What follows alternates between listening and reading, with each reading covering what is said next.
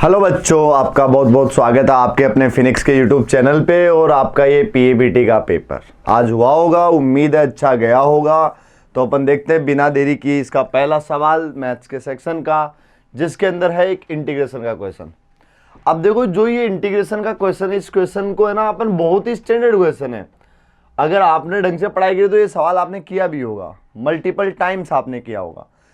तो इस सवाल की अच्छी बात ये है कि आप डिनोमिनेटर में अगर इसको ओपन करने जाओगे मजा नहीं आएगा। डिनोमिनेटर में दो टर्म नहीं चाहिए आपको, न्यूमरेटर में अलग अलग टर्म चाहिए था कि आप अलग अलग डिवाइड कर सको। तो इस सवाल को देखने के लिए जो न्यूमरेटर का साइन एक्स है उसको ऐसे लिख सकता हूं मैं, एक्स माइनस ए प्लस ए। ऐसा लिखने की वजह यह है कि नीचे जो साइन एक्स माइनस ए है इससे मैं अलग अलग डिवाइड कर सकूं, अलग अलग डिवाइड कर सकूं। तो ऊपर अगर साइन के फॉर्मूले को देखें तो अपन कितना बनता है, sine x minus a cos a plus cos x minus a sine a divide by sine x minus a. अब इससे फायदा ये हुआ कि ऊपर दो अलग अलग टर्म आ गई। ऊपर दो अलग अलग टर्म आने के मतलब मैं नीचे से उसको अलग अलग डिवाइड कर सकता हूं। तो अगर डिवाइड करने गया तो साइन एक्स माइनस से कट गया, इधर बच गया कोस ए प्लस इधर बन गया cot x minus a sine ए। तो यहां पे अब अलग अलग इंटीग्रेशन लग जाएगा। तो कोस ए तो कांस्टेंट है इंटू एक्स प्लस साइन ए बाहर आ जाएगा। सवाल ये कि कोट का क्या होगा। कोट के बहुत सारे होते हैं, log sign minus log cos ten x by two, उसमें भी जाते हैं, बहुत सारे जाते हैं। ऑप्शंस में अगर देखो तो मैं लॉग साइन को यूज किया गया है सब में, तो हो गया यहां पे लॉग साइन एक्स माइनस। तो इसका आंसर कौन सा हो गया भाई, इसका आंसर हो गया सेकंड वाला, x cos a plus sign A log sign x minus ए। उम्मीद आपको ये सवाल समझ में आया होगा। बिना देरी किए अपन आगे बढ़ते हैं क्वेश्चन नंबर 52 पे। 52 ये देखो, ये एक क्वेश्चन अगेन ट्रिग्नोमेट्री को यूज कर रहा है, इंटीग्रेशन का एक और सवाल है। तो मेरे को तो उसमें साफ साफ दिख रहा है डिनोमिनेटर में मल्टीप्लाई में है, तो मैं इसको तो सीधा ही अलग अलग डिवाइड में भेजूंगा बिना सोचे समझे। तो अगर अलग अलग डिवाइड में भेजूं मैं तो कितना बनेगा, इधर sine cube x plus cos cube x divide by sine square x cos square x. अलग अलग डिवाइड करने गया तो साइन स्क्वायर और साइन क्यूब है, दो साइन तो कट गए, एक साइन बच गया, एक तो साइन एक्स बच गया। और दूसरा जो नीचे कोस स्क्वायर एक्स है वो कितना हो गया, नीचे जो कोस स्क्वायर एक्स है उसको एक बार पढ़ा देता हूं मैं। इधर अगर डिवाइड करने के तो दो कोस स्क्वायर एक्स बच गया, तो ये बच गया, दो कोस स्क्वायर एक्स कट गए तो ये बच गया cos x upon sine square x. अब आप अगर देखोगे तो साइन अपॉन कोस वो तो क्या हो जाएगा टेन एक्स, और नीचे जो एक कोस एक्स है उसको मैं सेक एक्स लिख दूं प्लस इधर कितना बन गया ये cot x into cosec x. ये स्टैंडर्ड फॉर्मूले बने। ये क्या बने, स्टैंडर्ड फॉर्मूले। टेन एक्स सेक एक्स किसी का तो डेरिवेटिव होता है, टेन एक्स सेक एक्स किसी का तो डेरिवेटिव होता है। तो ये डेरिवेटिव किसका होता है भाई, ये डेरिवेटिव होता है सेक एक्स का, और ये किसका होता है माइनस कोसेक एक्स का। तो देखो भाई sec x minus cosec x, कौन सा option, last fourth option, sec x minus cosec x. दोनों के दोनों सवाल अभी तक जो आए हैं इस पेपर में वो स्टैंडर्ड ही सवाल है, इनमें कुछ ज्यादा बड़ी बात है नहीं। आगे बढ़ते हैं क्वेश्चन नंबर 53।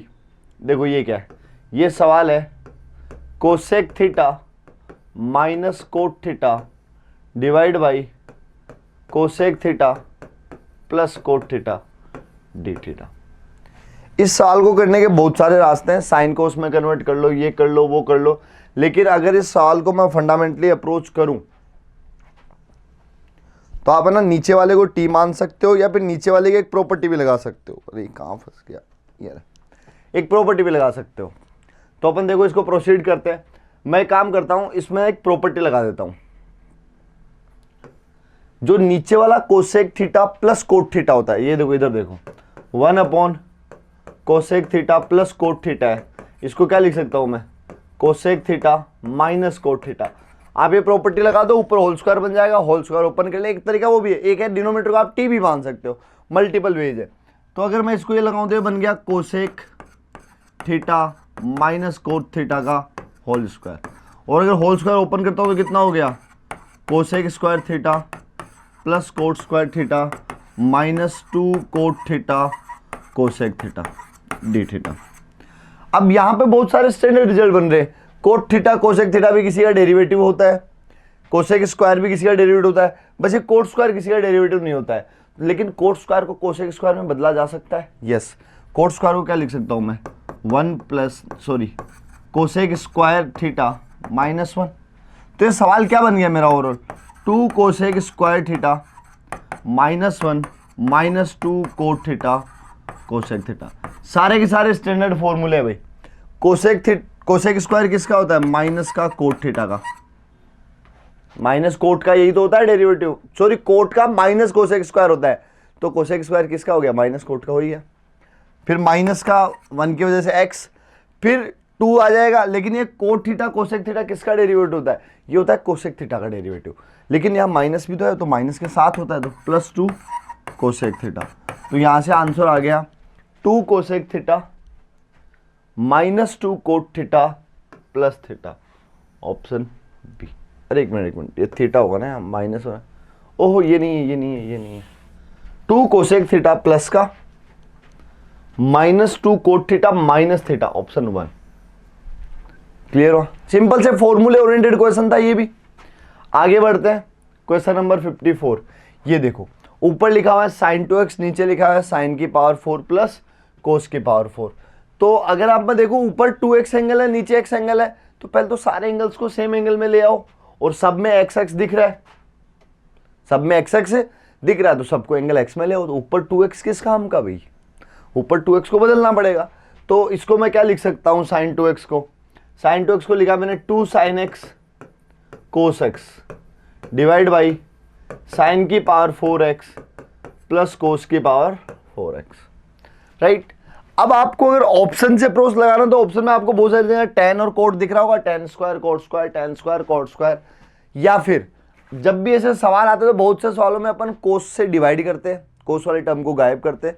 तो मैं तो ये कहूँगा इसको डिवाइड करो आप, कोस की पावर 4x है ऊपर नीचे। तो ऊपर क्या था, एक कोस कट गया, एक साइन अपॉन कोस कितना हो गया tan x, और नीचे एक कोस स्क्वायर और है, वो जो कितना हो गया sec स्क्वायर x। उम्मीद है आप ये सब विजुलाइज कर पा रहे हो, ठीक है। दोबारा एक बार मैं कर देता हूँ, कोस की पावर 4 से डिवाइड किया, एक कोस कट गया और नीचे बच गया कोस क्यूब, साइन अपॉन कोस tan हो गया, अभी भी नीचे कोस स्क्वायर बाकी है, कोस स्क्वायर ऊपर जाके sec स्क्वायर हो गया, ठीक है। और इधर की तरफ कितना बन गया, साइन की पावर 4 अपॉन कोस की पावर tan की पावर 4x प्लस 1। अब यहाँ साफ हिंट दिख रहा है आपको सब्स्टिट्यूशन का, और tan स्क्वायर को सब्स्टिट्यूट करना पड़ेगा आपको। इस सवाल में आपको tan स्क्वायर x को t मानना पड़ेगा।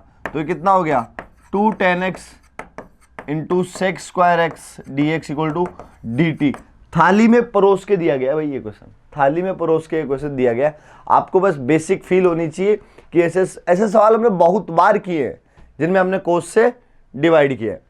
तो ये सवाल क्या बन गया ऊपर, dt upon 1 plus T square, जो कि कितना हो गया tan इनवर्स t, और t किसको माना अपन ने, tan स्क्वायर x को।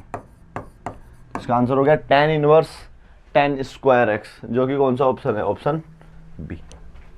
आगे बढ़ते हैं क्वेश्चन नंबर 55 पे। 55 एक बहुत ही प्यारा क्वेश्चन है, बहुत ही स्टैंडर्ड पैटर्न का क्वेश्चन है। देखो ये क्या कहना चाह रहा है, ये साइन कोस में बदल दो भाई, कोसेक और सेक दिख रहा है मेरे को। तो ये सवाल है 1 अपॉन कोस एक्स की पावर 2/3 इंटू साइन एक्स की पावर 4/3। अब जब एक आइडिया होता है, जब नीचे की पावर्स का सम इंटीजर हो, स्पेशली 2 हो, तो अपन किसी एक की पावर को 2 बनाते हैं, फुलफिल करते हैं। तो मैं काम करता हूं, इसको डिवाइड करता हूं, कोस की पावर मल्टीप्लाई कर देता हूं, एक काम करता हूं इसको, कोस की पावर 4/3 डिवाइड बाई कोस की पावर 4/3। इससे होगा क्या, ये कोस की पावर 2/3 और ये कोस की पावर 4/3 मिलके कितना हो गया, कोस की पावर 6/3, जो कि कितना हो गया, कोस की पावर 2। तो ये सवाल क्या बन गया, कोस स्क्वायर एक्स, और ये दोनों एक साथ जाके कितना बन गया, साइन पावर सेम है तो साइन अपॉन कोस tan x की पावर 4/3, और ये कोस स्क्वायर ऊपर जाके कितना हो गया, sec square x upon tan x की पावर 4/3। एकदम लल्लू क्वेश्चन बन गया भाई, ये भी है आपको ये बात पता होनी चाहिए थी कि जब भी नीचे दो टर्म हो उनकी पावर का सम 2 हो, स्पेशली 2 हो, तो अपन किसी एक की पावर को कंप्लीट 2 बनाते हैं। आप चाहो तो इधर साइन की पावर भी 2 बना सकते हो, ऊपर नीचे साइन की पावर 2/3 से मल्टीप्लाई करके, क्योंकि साइन की पावर 4/3 ऑलरेडी है, 2/3 से करना है। इट्स योर चॉइस, बस किसी एक की पावर को 2 बनाना होता है। जब अपन ने ये किया तो साफ साफ दिख रहा है इधर की तरफ 10x को t लेना पड़ेगा। 10x को अगर t लिया तो ये कितना हो गया 6² dx इक्वल्स टू dt। तो इक्वेशन क्या बन गया dt/t की पावर 4/3, राइट। अब ये जो नीचे 4/3 है तो आसानी से हैंडल हो जाएगा, ऊपर गया t की पावर -4/3 + 1 अपॉन -4/3 + 1, ये हो गया माइनस का 3t की पावर -1/3 माइनस t किसको माना था भाई 10x को, 10x की पावर 1/3। देखो ये ऑप्शन में -3 10x की पावर -1/3, यही ऑप्शन मेरे को अच्छे से दिख रहा है। बात क्लियर हुई क्या? So it's a good question, it's a good linked question, एकदम स्ट्रेट फॉरवर्ड आइडिया होता है जो कि पता होना चाहिए। आगे बढ़ते हैं क्वेश्चन नंबर 56 पे। ये जो 56 वाला क्वेश्चन है ये भी एक बहुत ही प्यारा क्वेश्चन है, ठीक है। तो इस क्वेश्चन में देखो क्या है, एक चीज ऑप्शंस में देखो साइन इनवर्स दिख रहा है, सब्स्टिट्यूशन हुआ होगा, साइन का हुआ होगा। तो अब देखो यहां पे अगर आप ध्यान से देखोगे, मैं लिखता हूं पूरा सवाल, x/a³ - x³ dx। तो अगर मैं x की जगह सब्स्टिट्यूट करूं a sin x sin theta की पावर 2/3, क्यों भाई? इससे क्या होगा कि जो डिनोमिनेटर है उसमें x³ कितना हो गया a³ साइन स्क्वायर। मैं भी तो ये चाहता हूं डिनोमिनेटर 1 - साइन स्क्वायर की फॉर्मेट में जाए। 1 - साइन स्क्वायर की फॉर्मेट में अगर ये गया तो 1 - साइन स्क्वायर क्या होता है कोस स्क्वायर। देख लो a³ - x³ कितना हो गया a³ - x³ किया तो a³, इसका क्यूब किया तो साइन स्क्वायर थीटा। तो यहां से a³ बाहर आ गया, 1 - साइन स्क्वायर थीटा बचा जो कि कितना हो गया कोस स्क्वायर थीटा। यही तो मैं कहना चाह रहा था आपको, और अंडर रूट गायब हो जाएगा। बात क्लियर हुई? यस, बात तो क्लियर हुई। तो अगर x ये हुआ तो dx कितना हुआ, पहले तो ये भी देख लेते हैं। a वैसा का वैसा इंटू 2/3 साइन थीटा की पावर -1/3, फिर साइन का दोबारा हुआ तो cos theta d theta. This is our dx। Put कर दो भाई सब कुछ पुट करने पे सवाल क्या बन गया, ऊपर x है उसकी पावर 1/2 करनी है मेरे को, ऊपर x की पावर 1/2 जो कि कितना हो गया a की पावर 1/2 साइन थीटा की पावर 1/3। हाँ ना भाई, करो लिखो। ऊपर बन गया a की पावर 1/2 साइन थीटा की पावर 1/3 इंटू dx की जगह क्या आ गया a इंटू 2/3 साइन थीटा की power -1/3 cos theta d theta divide by नीचे क्या बना भाई a³ - x³ ये होता है, इसका अंडर रूट लिया तो a की पावर 3/2 और उधर कोस स्क्वायर थीटा तो ये बन गया कोस थीटा। ये सवाल क्लियर हो गया, सब कुछ सब्स्टिट्यूशन कर दिया। जब सब कुछ सब्स्टिट्यूशन किया तो साइन से साइन कट गया, कोस से कोस कट गया, a की सारी टर्म से a कट गई, a की बार 1 और 1/2 3/2 हो गया ना, तो ऊपर बचा केवल 2/3। क्या बचा केवल 2/3, तो 2/3 बाहर आ गया, डी थीटा का इंटीग्रेशन थीटा हो गया प्लस c। अब बताओ थीटा क्या हो गया, यहाँ से थीटा हो गया यहाँ से x की पावर 3/2 x/a की पावर 3/2। एक्चुअली a इधर आ गया तो फिर x/a की पावर 3/2, फिर साइन इधर आ गया तो sine inverse plus c। This is your answer. It's a good question actually. आपको इसको देख के फील आनी चाहिए कि इधर आपको साइन बनाने का है, ऑप्शन में भी साइन है।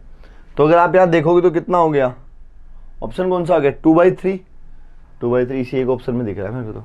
Yes, perfect. So option B is the answer.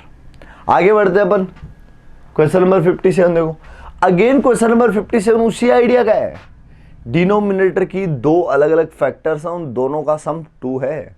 देखो देखे 1/x - 1 की पावर 3/4 x + 2 की पावर 5/4 3/4 + 5/4 8/4 8/4 माने 2 8/4 माने 2।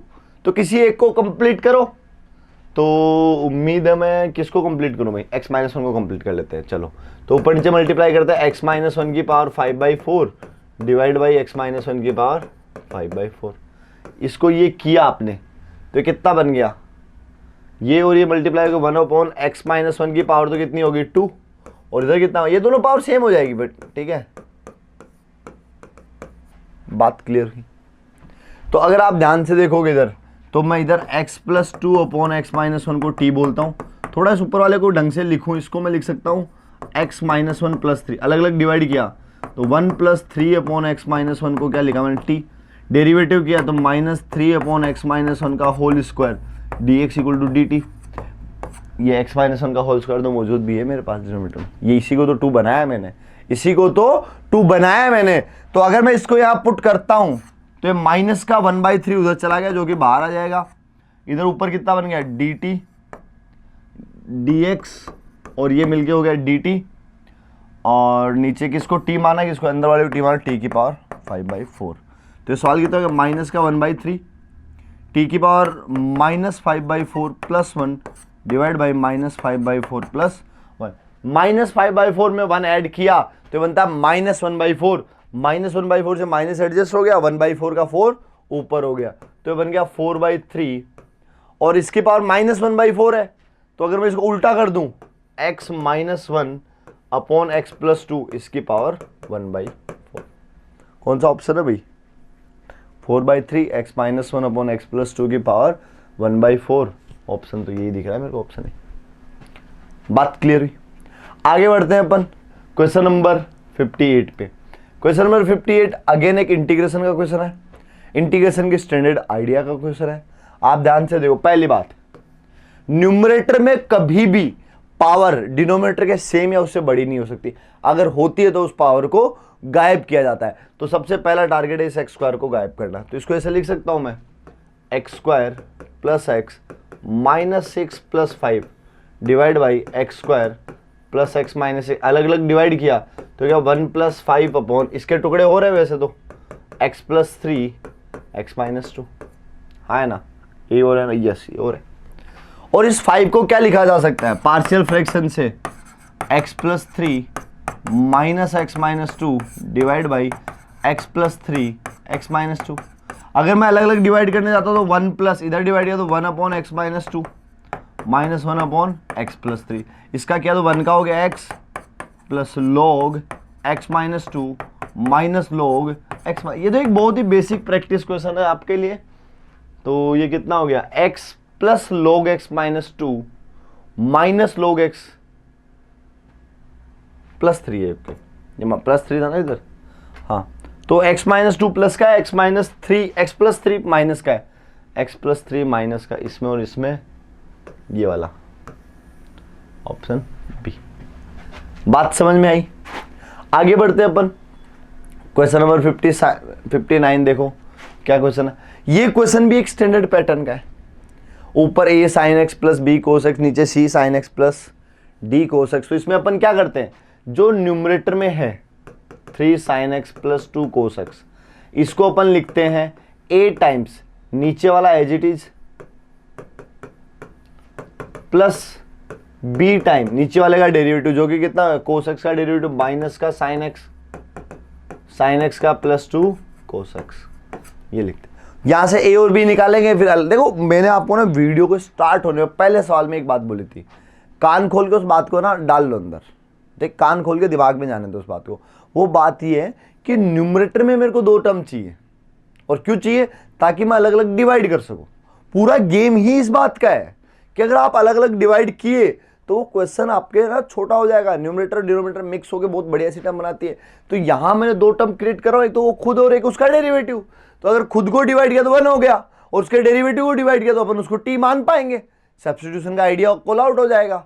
बात समझ में आई। तो अब a और b निकालते हैं। तो इधर sin x का कोएफिशिएंट 3, उधर sin x का कोएफिशिएंट कितना है 2a माइनस 3b। इधर cos x का कोएफिशिएंट 2, उधर कितना है 3a प्लस 2b। बात क्लियर हुई। तो एक काम तो करता हूं, इसको मल्टीप्लाई करता हूं मैं 2 से, इसको मल्टीप्लाई करता हूं 3 से, और ऐड किया तो 13a इज इक्वल टू इधर कितना हो गया 6 6 12, तो a तो आ गया 12/13, राइट। इसको अगर 3 से करूं मैं और इसको 2 से करूं और माइनस करना पड़ेगा इस बार, तो 3 से किया तो इधर कितना 9 माइनस 4 5, और इधर देखो ये हो गया 6 है और इधर भी 6 से कट गया, -9 भी और -4 भी, माइनस का 13 बी, तो बी आ गया माइनस का 5/13। अगर मैं ये पुट करता हूं वहां पे, अगर मैं यहां पे ये पुट करता हूं तो एक क्वेश्चन क्या क्रिएट हो गया, ये कितना है भाई 12/13, 12/13 साइन और कोस को मैं सी और एस लिख रहा हूं भाई, 3c + 2s, उधर बी रखा तो -5/13 -3s + 2c divide by 3c + 2s, अलग अलग डिवाइड किया तो इधर तो बन गया 12/13 -5/13, ऊपर इसका डेरिवेटिव और नीचे ये खुद dx में चल रहा है, राइट, क्लियर। तो ये तो कितना हो गया 12/3 का, तो कितना हो गया 12/3x -5/13, नीचे वाले को t मानूंगा, उसी का डेरिवेटिव ऊपर है, वो dx होगा तो dt/t, तो log t हो गया, log t, t किसको माना भाई 3c + 2s, that's the answer. तो इसका आंसर कितना हो गया 12/13 है ना, x ऊपर आएगा, 12/13x तीनों में है भाई वो तो, फिर माइनस इन्हीं दोनों में, 5/13 5/13, 3c + 2s, ऑप्शन ए।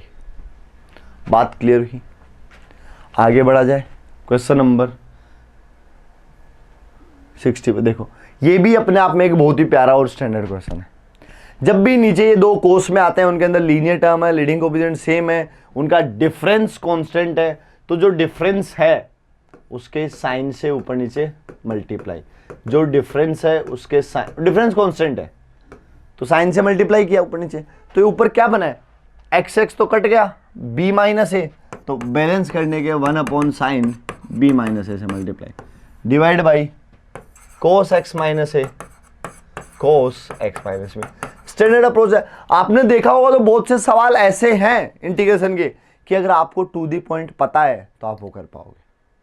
सवाल देखते ही आपको पता लगना चाहिए कि इसमें करना क्या है, और ये बात पता कैसे लगेगी, ये सवाल सबके मन में आते हैं, तो इसका जवाब है सवाल करो भाई, सॉल्व करो, जितने ज़्यादा उसके सवाल लगाओ। चलो तो ऊपर अगर मैं देखूँ, ये तो बन गया कोसेक b - a, इसको तो लास्ट तक चलाना है ऐसे, ठीक है।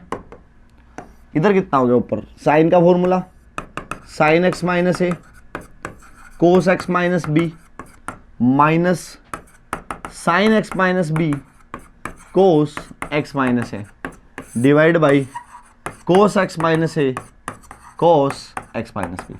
अलग अलग डिवाइड करता हूं, ये बाहर तो पड़ा है भाई, कोसेक b - a बाहर रखा हुआ है, उसको कंटिन्यू करेंगे। इधर अलग अलग डिवाइड किया तो cos x - b से cos x - b कट गया, ये बन गया tan x - a, माइनस इधर बन गया tan x - b, इसका डेरिवेटिव होता है minus log cos x - a, इसका होता है माइनस माइनस प्लस हो गया log cos x - b।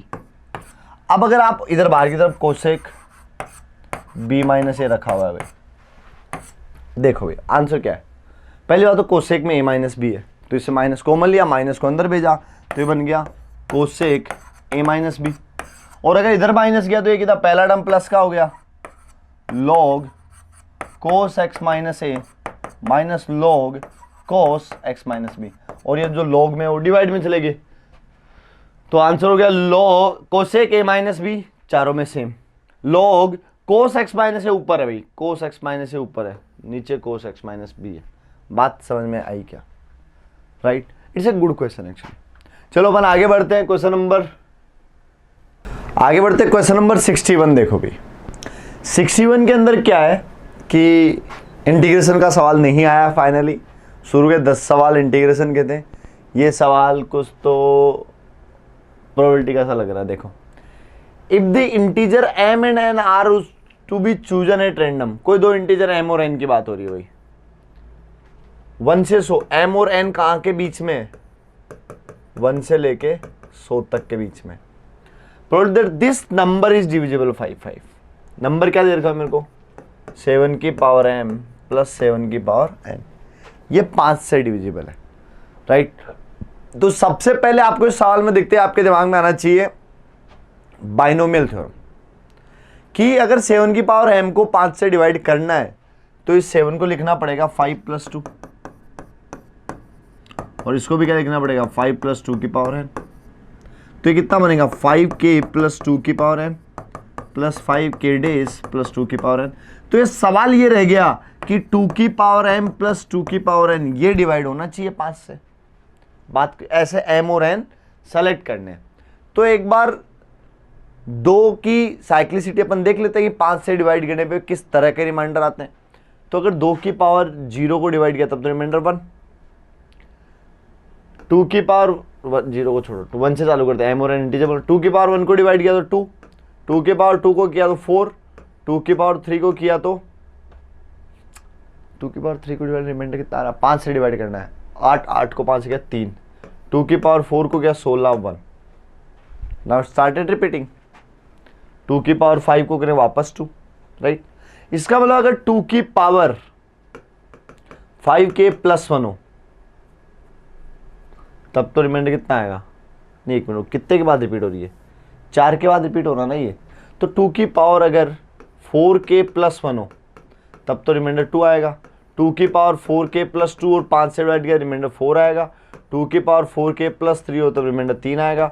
और 2 की पावर 4k प्लस कितनी हो 4k हो तो रिमाइंडर 1 आएगा। बात क्लियर हुई क्या, राइट। और 4k + 1 आने की प्रोबेबिलिटी कितनी होती है 1/4, 4k + 2 आने की प्रोबेबिलिटी 1/4, 4k + 3 आने की 1/4, 4k आने की 1/4। आइडिया क्लियर हुआ। ये फिक्स स्ट्रक्चर होता है, ऐसा दिख रहा है साफ साफ। अब अगर आप देखो कि इधर से भी रिमाइंडर 0 आए तो इधर से भी नहीं, सॉरी, इधर से रिमाइंडर 1 आए तो इधर से 4 आना पड़ेगा। समझ में आया। इधर से रिमाइंडर कितना आ रहा है 1 के बजाय आ जाए इधर कितना आ जाए, इधर रिमाइंडर 2 आ जाए तो इधर से 3 आना पड़ेगा, तभी तो ओवरऑल 5 से डिविजिबल होगा ये। इधर से रिमाइंडर 3 आ जाए तो इधर से 2 आना पड़ेगा, इधर से 4 आ जाए, इधर से 1 आ जाए। तो ये केस की बात करते हैं। इधर से रिमाइंडर 1 आए, राइट, रिमाइंडर 1 कब आ सकता है ये केस में। तो 2 की पावर m की वैल्यू 4k होनी चाहिए और 4k होने का कितना चांस होता है 1/4। कितना होता है 1/4, क्योंकि ये जो 1 से 100 है इसमें इतने ही तो है। 4k वाले कितने हैं 25 है, टोटल 100 है, तो 1/4 हुआ कि नहीं हुआ। ये इन जनरल होता है, ये दिया हुआ इन्होंने। बात क्लियर हुई। तो इसकी वोल्टेज कितनी होगी 1/4 इंटू 1/4। क्यों, क्योंकि 4 आने का भी तो कितना है रिमाइंडर 4, रिमाइंडर 4, रिमाइंडर 4, ये रहा। तो पावर में 2 आना चाहिए, 4k + 2, इसकी प्रोबेबिलिटी 1/4। तो इसकी सिमिलरली चारों के चारों केस की कितनी होगी 1/4, 1/4, 1/4, 1/4, राइट। इस केस की भी कितनी होगी 1/4 इंटू 1/4। तो टोटल कितनी हुई 4 बार हो गई 1/4 इंटू 1/4। आंसर कितना हो गया 1/4, ऑप्शन ए। बात समझ में आई क्या, हाँ है ना। तो एक रिमाइंडर बेस्ड क्वेश्चन है, बहुत ही अच्छा क्वेश्चन होता है। आगे बढ़ते हैं क्वेश्चन नंबर 62 पे। 62 देखो क्या कह रहा है। There are 10 prizes, okay, 5 prize है ए, 3 है बी और 2 है C. Placed in a mathematics context, एक मैथ्स का कॉन्टेस्ट हो रहा है जिसमें 10 प्राइज है, 5 ए तरह के हैं, 3 बी तरह के हैं और 2 सी तरह के हैं। The prizes are awarded by allowing winners to select an envelope at random. आपको रैंडम एक एनवेलप में रखें, वो सेलेक्ट करना है, ओके।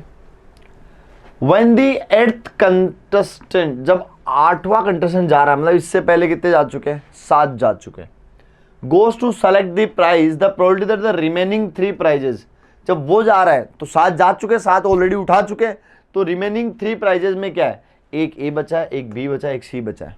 इसका मतलब कितने उठ चुके हैं, बी के 5 थे 4 उठ चुके, एक ए के 5 थे 4 उठ चुके, बी के 3 थे 2 उठ चुके और सी के 2 थे 1 उठ चुका है। टोटल कितने उठ चुके 7, 10 सी 7, टोटल 7 उठ चुके ना।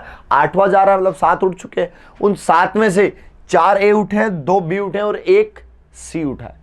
तो इसको सोल्व करके देखते हैं कितना होना, 5 into 3 into 2 divide by 10 into 9 into 8 into 6। तो 3 से डिवाइड हुआ 2 बार, 2 ये हो गया 2 बार, 5 से हो गया ये 2 बार, अरे 1/4 अगेन, ऑप्शन ए 1/4 अगेन। आगे बढ़ते हैं क्वेश्चन नंबर 63 पे। 63 में क्या है देखो, 2 क्यूब, 2 क्यूब है भाई अपने पास, have their faces painted either red और ब्लू, उनके 6 फेस होते हैं टोटल, 6 फेस पे कलर किया गया है, या तो अपन ने कलर किया है रेड या किया है blue. The first cube has 5 red, पहले क्यूब में 5 रेड है और 1 ब्लू है। दूसरे क्यूब में कोई इंफॉर्मेशन ही नहीं है, ठीक है। 1 2 क्यूब्स आर रोल्ड साइमल्टेनियसली, दूसरे क्यूब की इंफॉर्मेशन नहीं है बट दोनों को एक साथ उछाला गया है। The probability that the top face show the same colour is 1/2, दोनों में कलर सेम आया है, उछाला दोनों को, दोनों में कलर सेम आया है, उसकी प्रोबेबिलिटी 1/2 है। Number of red faces on the second cube पर रेड फेस कितने पूछे हैं, तो मैंने बोल दिया सेकंड पर रेड एक्स है तो 6 - x क्या हो गया, ब्लू। अब दोनों को साइमल्टेनियसली उठाया, सेम कलर आ रहे हैं, क्या आ रहे हैं, सेम कलर। मान लेते हैं दोनों रेड रेड आए हो या दोनों ब्लू ब्लू आए हो, इसी की प्रोबेबिलिटी 1/2 दी हुई है। क्या रेड रेड आने की प्रोबेबिलिटी 5/6 इधर से x/6 प्लस ब्लू ब्लू आने की प्रोबेबिलिटी इधर से 1/6 और इधर से 6 - x/6 इक्वल टू 1/2। ये कितना हो गया, 5x plus 6 - x/6 equal to 1/2। Cross multiply किया तो 5x में से एक x 4x plus 6 is equals to, ये 6 इधर या 3, 4x इक्वल्स टू कितना, ये क्या हो रहा है, इधर बना 5x 5/6, कोई बात नहीं, इधर x रेड है तो x/6, ब्लू ब्लू है तो इधर एक ब्लू है 1/6 और इधर ब्लू कितने हैं 6 - x/6। ओ ये 36 है भाई, 6 × 6 36 होगा ना। ये कितना हो गया 5x/36 और ये कितना हो गया 6 - x/36 equals to 1/2। Cross multiply किया तो ऊपर तो ऐड हो गया, 6 + 4x इज इक्वल टू, अगर 36 इधर गया 2 से 18, 4x equals to 12, x equals to 3। 3 red है और 3 ही ब्लू है, तो इसका आंसर हो गया ऑप्शन सी। सिंपल क्वेश्चन था, कोई ज्यादा बड़ा क्वेश्चन नहीं था। आगे बढ़ते हैं क्वेश्चन नंबर 64 पे। ये क्या कहना चाह रहा है देखो, देखे ए बॉल हैज, एक बॉल है उसमें 6 रेड मार्बल है 3 ग्रीन मार्बल है। The probability that a blindfolded person will draw a red marble on the second row, वो एक निकाला दूसरा निकाला, सेकंड में रेड आया ball without replacing the marble in the first row, तो फर्स्ट रो में रेड भी आ सकता है तो सेकंड में रेड आ जाए, प्लस फर्स्ट रो के अंदर ग्रीन भी आ जाए, सेकंड में फिर रेड आ जाए, यही तो खेल है। तो पहले में रेड आने की प्रोबेबिलिटी 6/9, फिर अगर ये आ चुका है तो अब दोबारा रेड आने की, दोबारा रेड 5 बचे हैं और टोटल 8 है, प्लस पहले में ग्रीन आने की, ग्रीन कितने 3 है तो 3/9 इंटू, अब दूसरी बार में रेड आने तो रेड तो 6 के 6 अवेलेबल है बट टोटल 8 हो गए, तो कितना हो गया 30 + 18/9 इंटू 8, तो कितना 48 इंटू 9 इंटू 8, 4 से डिवाइड किया तो 8 से कर दो क्या 6, 3 से किया तो 2/3। ऑप्शन, बात क्लियर हुई। एक प्रोबेबिलिटी का और क्वेश्चन। आगे बढ़ते हैं क्वेश्चन नंबर 65। देखो भाई ये क्या कहना चाह रहा है, if 2 of the 64 squares are chosen at random on a chess, एक चेस है उसमें 64 स्क्वायर होता है, यस जग जाहिर बात है उसमें 64 स्क्वायर होते हैं, उनमें से 2 चूज किए, ठीक है। The probability that they have a side common, दोनों में एक साइड कॉमन है, 2 स्क्वायर उठाए दोनों में एक साइड कॉमन है, इसकी प्रोबेबिलिटी पूछी गई है। तो एक बार मैं चेस बना लेता हूं।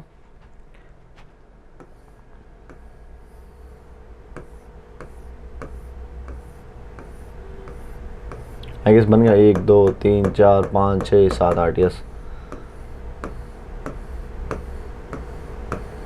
कितने 1 2 3 4 5 6 7 8, ये एक चेस है मान लो, इसमें 2 स्क्वायर उठाने हैं, क्या उठाने हैं 2 स्क्वायर उठाने हैं, और दोनों के दोनों स्क्वायर में एक साइड कॉमन है, तो मानता हूं कि पहले दोनों स्क्वायर हॉरिजॉन्टली कॉमन है, उनमें हॉरिजॉन्टली कॉमन है, एक स्क्वायर ऐसा है एक स्क्वायर ऐसा है, ये जो हॉरिजॉन्टल वाला लाइन है या वर्टिकल उसकी साइड है ये कॉमन है, तो मान लो एक स्क्वायर ऐसे उठा तो दूसरा स्क्वायर इसके बगल वाला ही उठेगा क्या, है ना, मतलब 2 स्क्वायर कॉन्जुगेटिव उठेंगे कैसे, तो कॉन्जुगेटिव उठाने के कितने तरीके, टोटल 7 पेयर होते हैं ऐसे, अगर आपको पता हो तो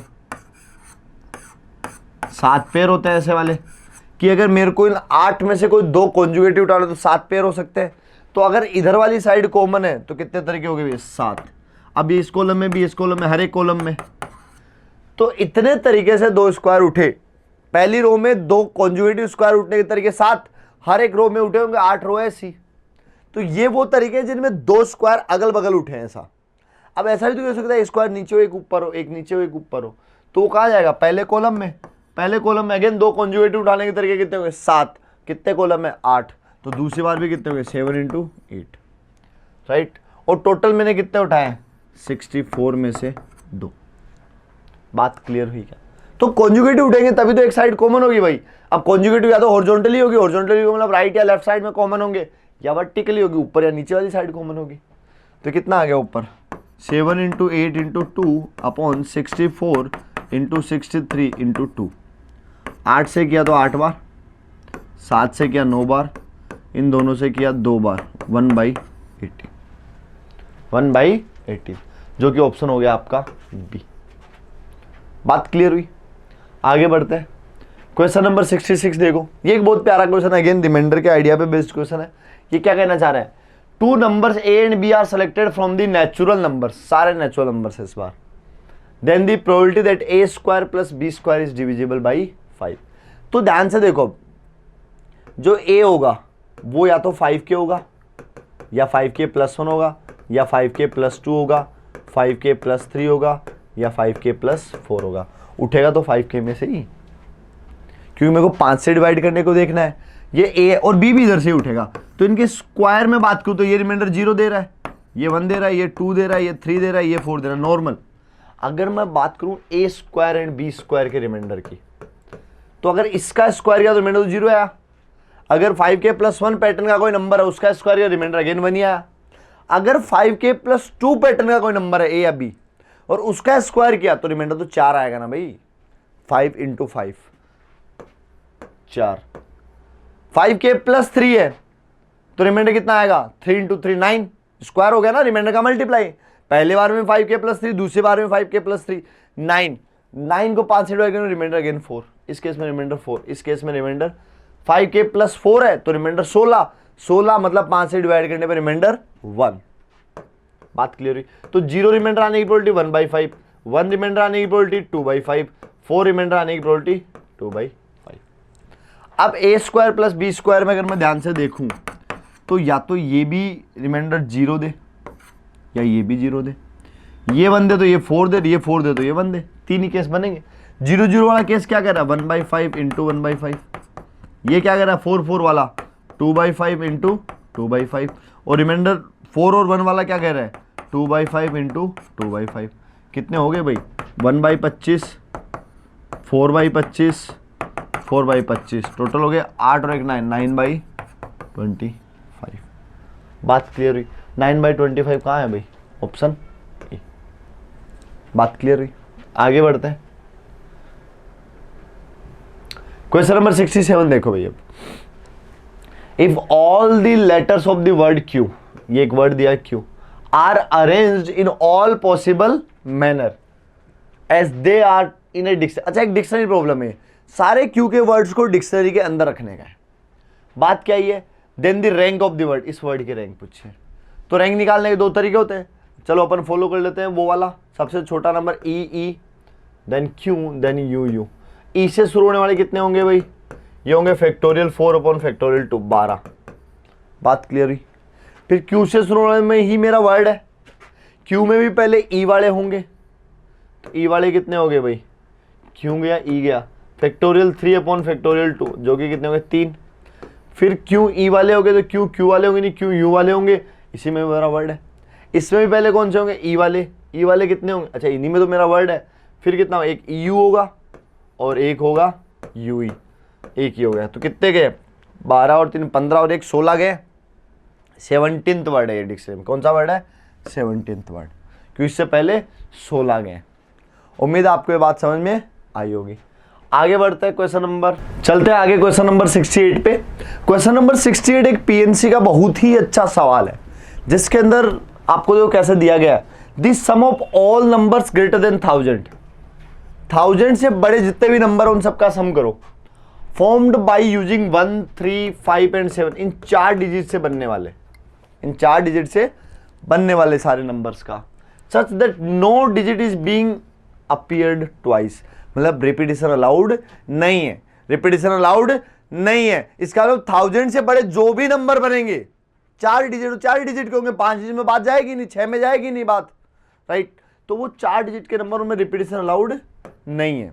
तो अब उनका सम करना है। सम करने का तरीका अगर याद हो आपको तो सारी डिजिट्स का सम 7 5 12 3 15 और 1 16 इंटू किसी एक को फिक्स कर देते तो फैक्टोरियल 3 इंटू 1 1 1 1, ये तरीका होता है। इसको सोल्व कर लो, राइट। इसको सोल्व किया तो कितना आया 16 इंटू 6 इंटू 1 1 1 1, ये कितना 96 इंटू 1 1 1 1। तो 96 को मल्टीप्लाई किया 1 1 1 1 से तो कितना, 1 से किया तो 96, फिर किया तो 96, फिर किया तो 96, फिर किया तो 96, तो कितना हो गया 6, नोट 6 15 1, नोट 6 15 और 1 16, नोट 6 15 और 1 16, नोट 1 10, 106656, ऑप्शन सी। बात समझ में आई?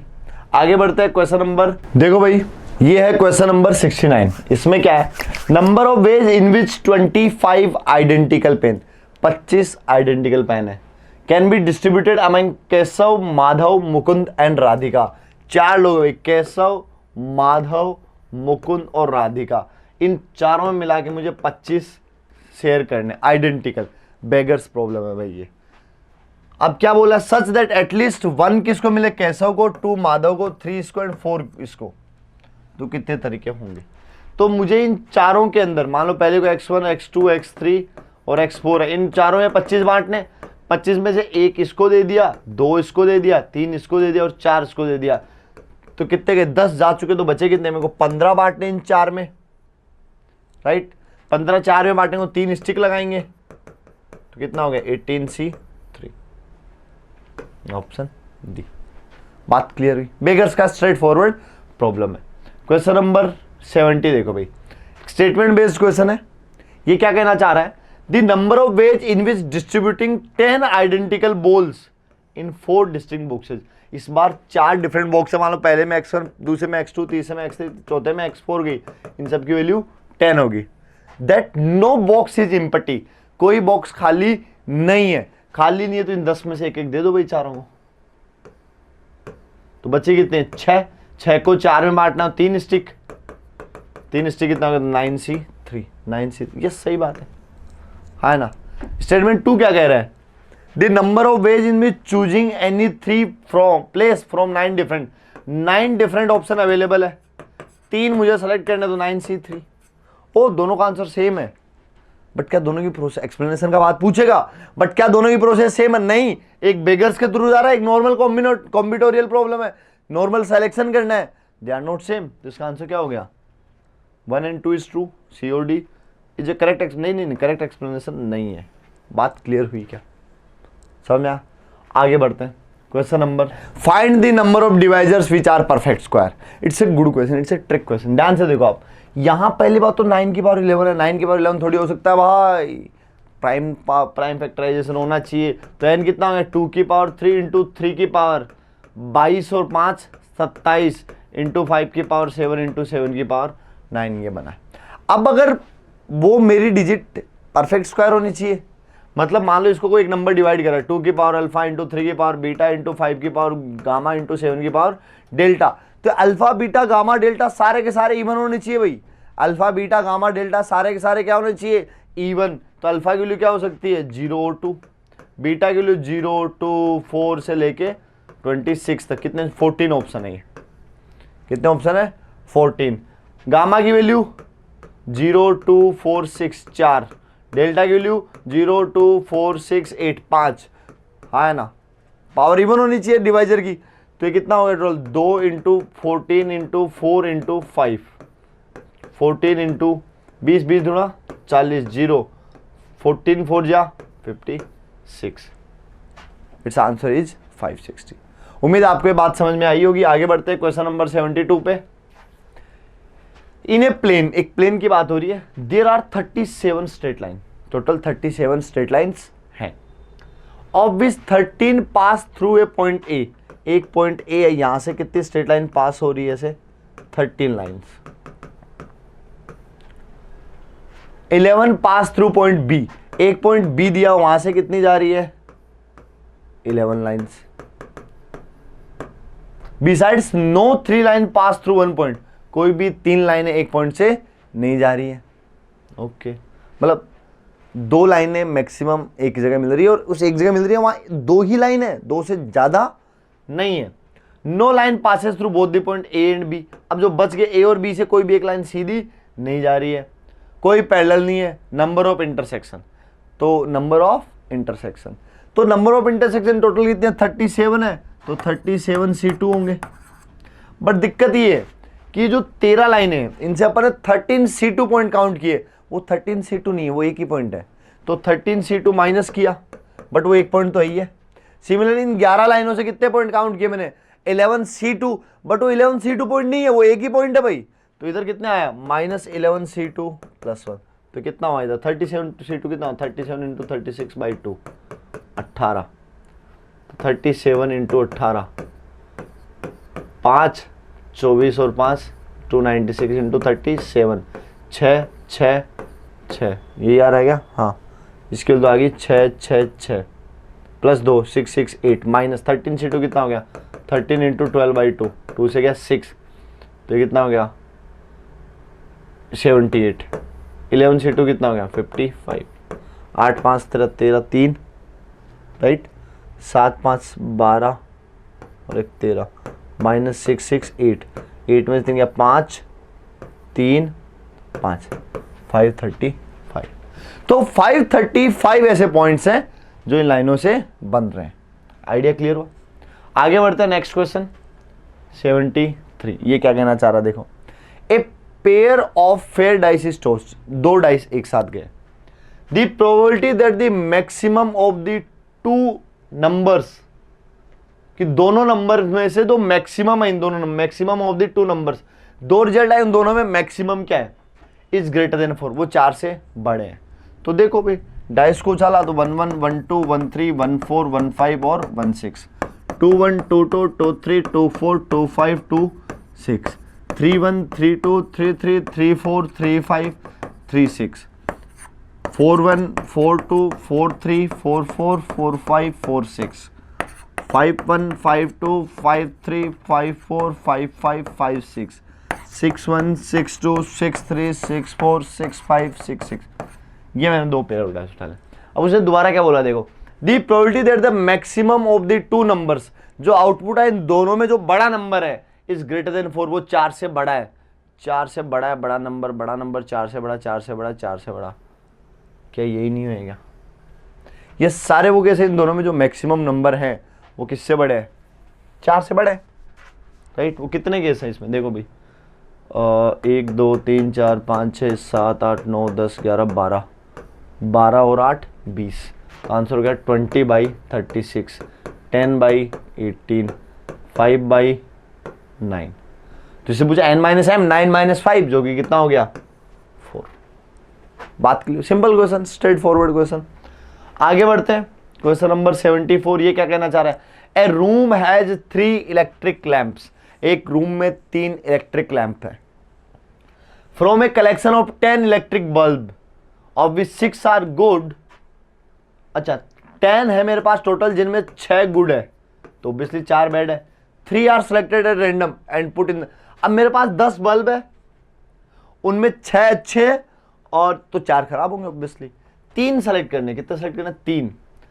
Put the probability that the room is lighted, तीनों को निकाला, तीनों को वहां पे लगाया, तो इस बात की प्रोबेबिलिटी पूछेगी वो रूम लाइट हुआ है। लाइट हुआ है मतलब सारे केस माइनस हो के जब तीनों ही नहीं जले हो, कोई एक भी जला है तो रूम तो लाइट हुआ ही है, तो टोटल प्रोबेबिलिटी 1 माइनस तीनों के तीनों बैड हो। वो कितने हो 1 - 4/10 इंटू 3/9 इंटू 2/8, ये तो कट गया, 3 से 3 30, 1 - 1/30 जो कि हो गया 30 - 1/30 29/30 है भाई। तो ये भी m/n है, तो n - m पूछा जो कि कितना हो गया 1। बात क्लियर हुई, इस क्वेश्चन का आंसर हो गया 1। आगे बढ़ते हैं क्वेश्चन नंबर 70।